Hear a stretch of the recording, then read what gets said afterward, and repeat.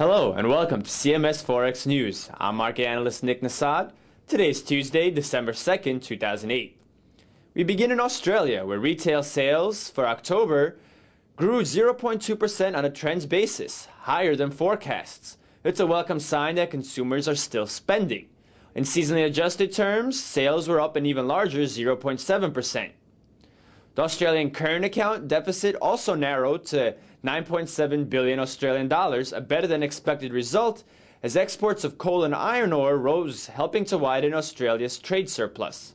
The third quarter saw the end of high commodity prices, so this data is somewhat dated now.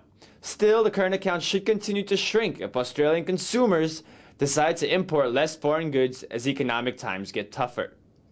Late last night, the Reserve Bank of Australia cut rates by 1%, bringing them to 4.25%, the lowest since December of 2001. Though the Australian economy has weathered the financial storm slightly better than other economies, its slowdown is gaining steam. Therefore, another large cut in the interest rate was warranted. The Bank of Japan said it will accept lower-grade corporate bonds as collateral for loans to banks in order to help businesses get access to funds. This is an attempt to try and get more money to companies as the country's recession deepens and the costs banks charge each other rises to a 10-year high.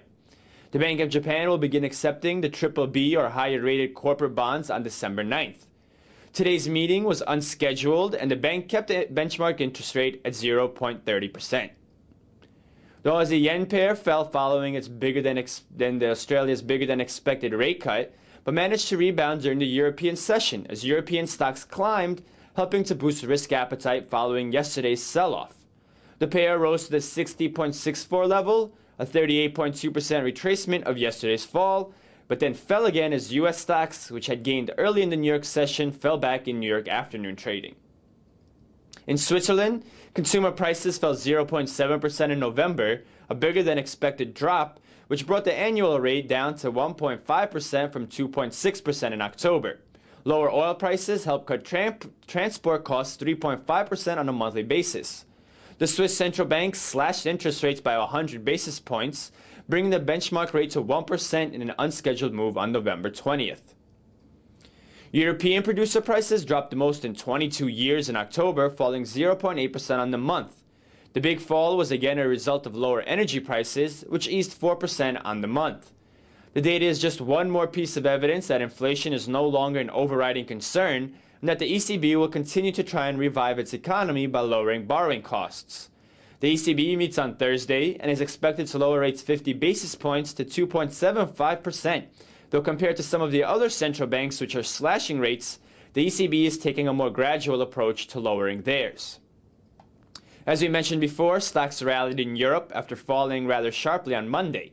The newfound sense of risk appetite helped the euro pair most of its losses against the Swiss franc that it suffered yesterday. The euro-franc pair rallied 200 pips to reach 1.5360 after finding support near the 1.5160 level to start the global session.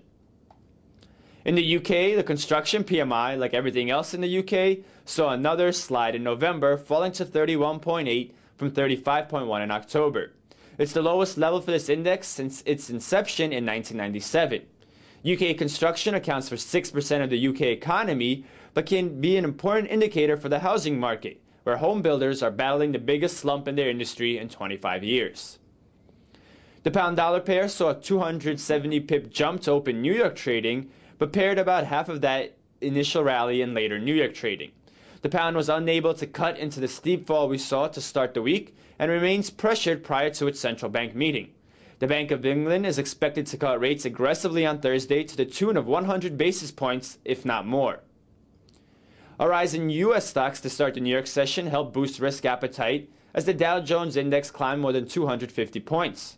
With European stocks up as well, the euro-dollar pair climbed 200 pips from its session low near 1.2560 to test resistance at 1.2765. However, U.S. stocks gave up their early morning gains, which gave the greenback strength as increased risk sentiment has tended to favor the dollar these days.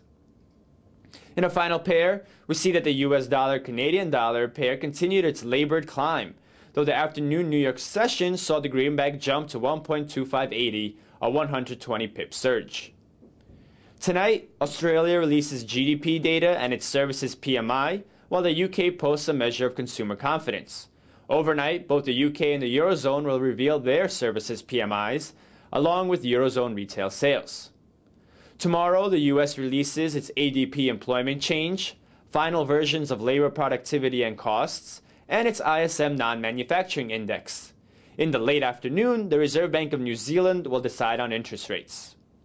And that wraps up today's broadcast. Thank you for joining us here at CMSFX.com, and happy trading.